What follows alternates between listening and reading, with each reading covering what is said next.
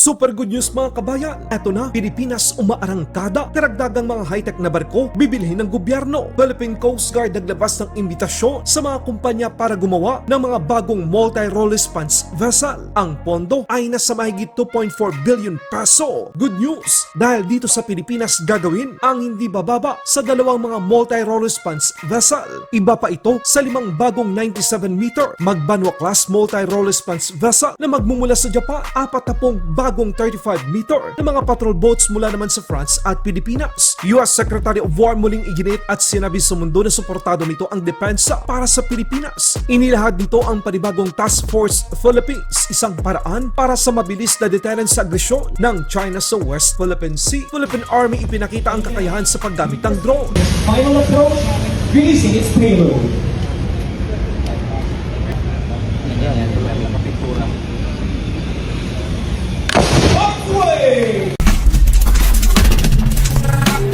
Panalo mga kabayan, magandang panimula ito para sa buwan ng Nobyembre dahil mas parami ng parami ang mga barkong magbabantay sa ating mga teritoryo at nasasakupan, lalong-lalo na sa West Philippine Sea. Philippine Coast Guard naglabas ng mga dokumento para imbitahin ang mga kumpanya dito sa Pilipinas para gumawa ng 60 meters multi-role response vessel. Tama ang inyong narinig mga kabayan, ang Philippine Coast Guard sa pamamagitan ng General Appropriation Act of 2025 ay nagpahayag ng kanilang imbitasyon para sa proyektong 60 meters MRRV na nagkakahalaga ng mahigit sa 2.4 billion peso. Inimbitahan ito ang mga kumpanyang 60% na pagmamay-ari ng Pilipino. Ito ang pagpapakita ng tiwala ng gobyerno sa Pilipinas sa mga barkong gawang Pilipino at layunin ng gobyerno na suportahan ang self-reliance defense posture. 2 hanggang 3 60 meters multi-role response vessel ang posibleng magagawa sa pondong inilaan dito. Ang mga barko ayon sa nakasaad ay dapat ma-deliver sa Philippine Coast Guard sa loob ng 730 calendar days o sa loob ng 2 taon matapos maibigay ang notice to proceed. Grabe mga kabayan, matapos ang 5 karagdagang 97-meter Magbanwa class na gagawin ng Japan, 40 mga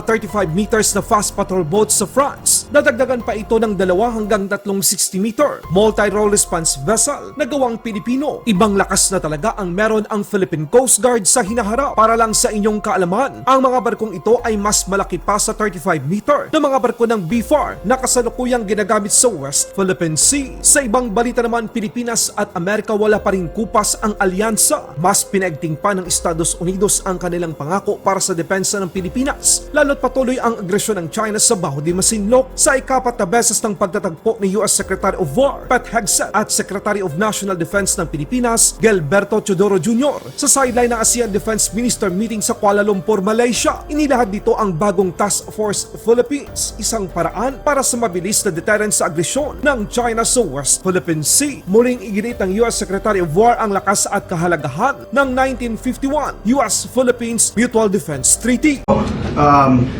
Fourth meeting this year, Yes. which I hope is understood for what it is, that this is a critically important partnership for us.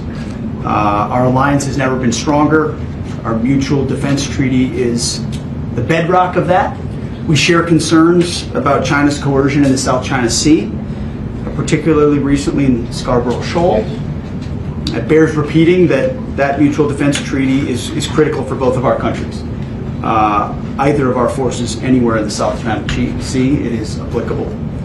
And we don't seek confrontation, but of course we're ready to protect our interests, individually and mutually. And that's why we're publicly announcing the Task Force Philippines here with you today, which will be another step in our cooperation, increasing interoperability, exercising, and preparedness for contingencies, so that we can decisively respond to crisis or aggression and reestablish deterrence in the South China Sea. We're also glad to announce we completed an Alliance Readiness Action Plan, Yes. which you have taken the leadership on. Thank you very much, Mr. Secretary. And it'll accelerate all of our major defense priorities. So thank you again for your partnership. It's great to see you again, and look forward to our conversation. Thank you. Well, thank you very much, Secretary Hegseth, for the introductory remarks. The remarks of Secretary Hegseth just put in capsule form the vast amounts of work that both our governments, our leaderships, and our people have put into strengthening the U.S.-Philippine alliance. The U.S.-Philippine alliance should not be seen in isolation because the alliance and moving forward now are based on fundamentals. These fundamentals are respect for international law, respect for territorial integrity and sovereignty. And so, as Secretary Hegseth said, it is not only important for both our countries that we interoperate deeper, better, we deter better, we add more allies because freedom of navigation, respect for territorial integrity and sovereignty are not only important for us but for the whole world, given the strategic area that the Philippines occupies in the whole world economic supply chains and the security environment. So we look forward to deepening the alliance, not only now but for future generations of freedom-loving people that both the United States and the Philippines represent. Thank you very much. Appreciate it. Thank you. Take a picture real quick. Photo, please. Khalid told me you jumped already. For sure.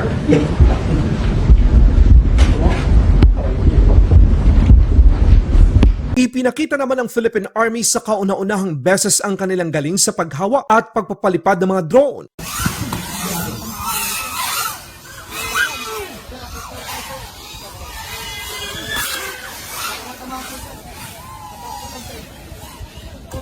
You have just witnessed the attack drone of the Philippine Army.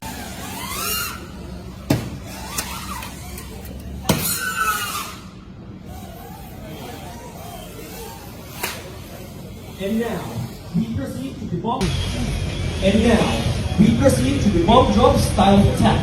Observe as the drone takes its final approach, releasing its payload.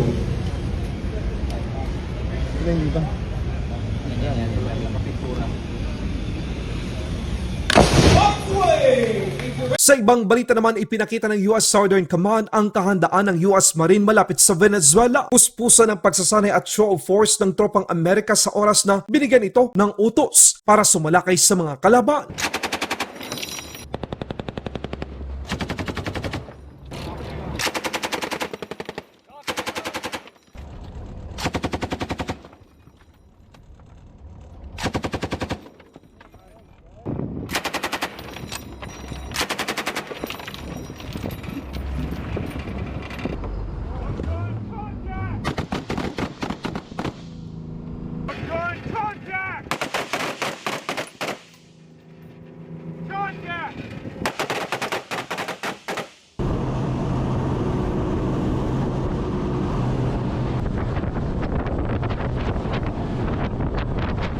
Laban Pinas.